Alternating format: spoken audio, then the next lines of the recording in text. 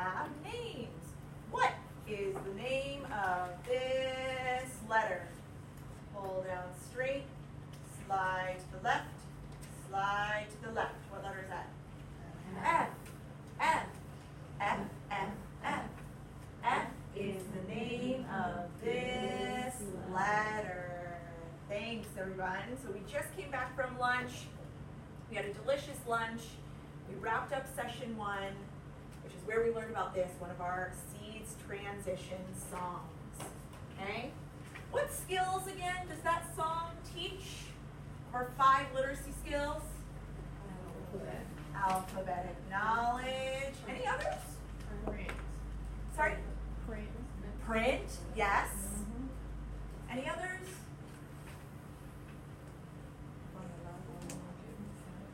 Yep.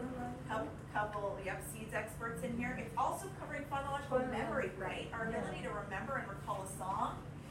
We have to hear the sounds, memorize them, and then recite them. That's a phonological awareness task. So it's covering 3 out of the 5 in that 30-second commercial. Pretty amazing. So what we're going to do today is, we're going to go into session 2, but in session 1 you learned the predictors of early literacy.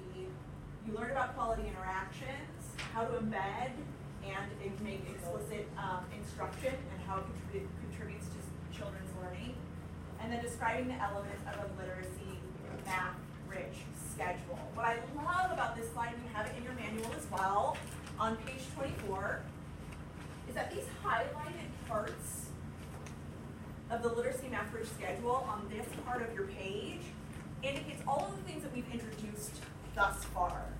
So you'll see a little box on page 24 that is shaded in gray, and it says, after today, please add these routines to your literacy math-rich schedule.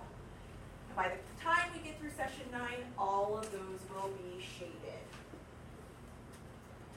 I take my hat off, I would do this work with us, but since we just came back from lunch and we did it this morning, I'd probably actually skip this if I was doing this in an academic session.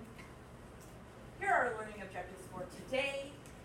We will demonstrate shared positive interactions with each other, and in order to do that, I really want us to adhere to the agreements that we set up this morning, to challenge each other on them. If we're not upholding them, it includes myself, and that we refer to them as often as possible.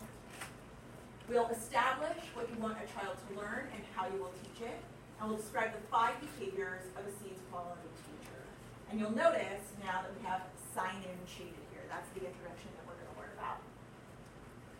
Here's the quote that opens the session. Healthy development depends on the quality and reliability of a young child's relationships with the important people in his or her life, both within and outside the family. Even the development of a child's brain architecture depends on the establishment of these relationships. This is coming from the National Scientific Council on the Developing Child from 2009. What does this quote mean to you? What does it mean to our work? Turn to your table and share for 2 minutes.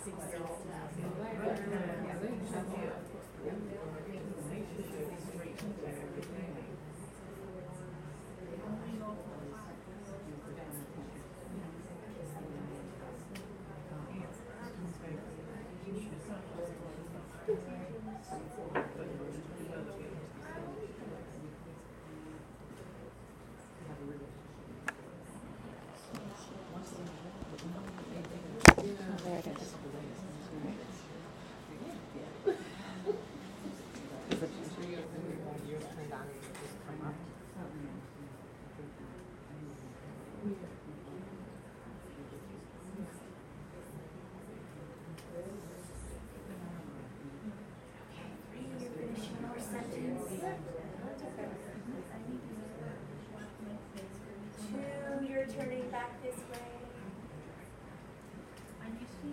one, we're ready to transition.